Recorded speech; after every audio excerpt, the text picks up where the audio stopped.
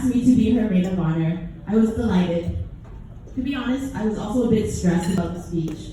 But not to worry, since I'm both Canadian and Chinese, I will only say nice things and avoid being touchy-feely at all costs, so everyone can relax.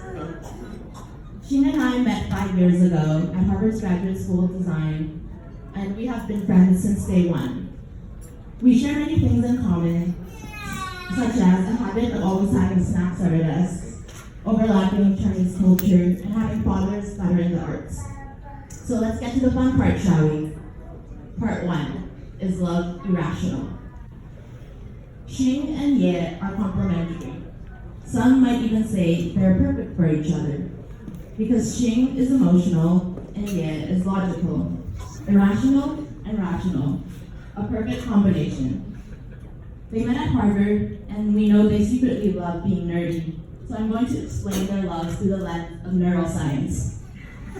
Okay, so, by the way, what is the fastest way to determine the sex of a chromosome? Anyone? You pull down its genes. Okay. When I first asked Xing how she knew Ye was the one she'd marry, she said, our personalities are compatible and we have good chemistry. But why do we fall in love with one person than another?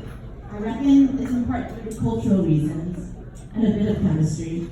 But what does chemistry really feel like? Part 2, reactions, chemical and otherwise.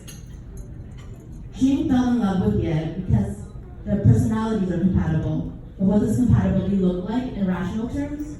Well, the human brain, and oftentimes its heart, relies on 4 basic neurotransmitters and hormones: dopamine, serotonin, estrogen, and testosterone, to get the work of falling in love and mating done. Each of these, as part of a whole component of bodily systems and functions, are linked to a constellation of personality traits. And while some systems are more or less dominant in certain people, they're constantly interacting in varying proportions. By the way, what happens when a neurotransmitter falls in love with a receptor? No? Okay, you get a binding relationship.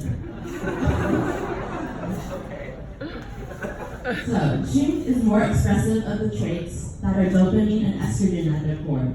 For example, she is imaginative, empathetic, nurturing, and intuitive. I can say all of this because I've seen Xing in various different situations. We've lived together, we went to school together, worked together, go shopping together, and have even got naked in front of each other. Look, I'm basically her second husband when Ye's on long business trips. All jokes aside, Xing is a lovely and caring person with diplomatic intelligence. Ye is more expressive of the traits with serotonin and testosterone at their core. He is super loyal, caring, and dependable. However, this also means that he encourages traits Xing and I call "that's so square." For example, he is super focused and emotionally self-contained. Once, when they were on a boat fishing on choppy waters, Ye was feeling seasick and throwing up. He was so focused on the task of catching a fish that he persevered through the whole ordeal and succeeded on reeling in the largest catch of the day. Part 3, alchemy. When Xing first met Ye, I remember how they clicked so easily. Was it because they were operating from complementary brains? In love, they say high testosterone is attracted to high estrogen, and those who are high estrogen tend to be contextual, introspective, and long-term thinking. A complement to those that are high testosterone, goal-oriented, self-disciplined, and ambitious. In business, it makes sense for high testosterone to be with people like themselves. But in love, neuroscientists have proven that high testosterone goes best with high estrogen. When it comes to Xing and Ye, even before they began dating, a love for traveling was something that brought them together. Those experiences introduced new ways of seeing and moving through the world. It evolved from the changing nature and dynamics that life brings, from raising a family to taking care of aging parents, Marriage goes beyond just chemistry.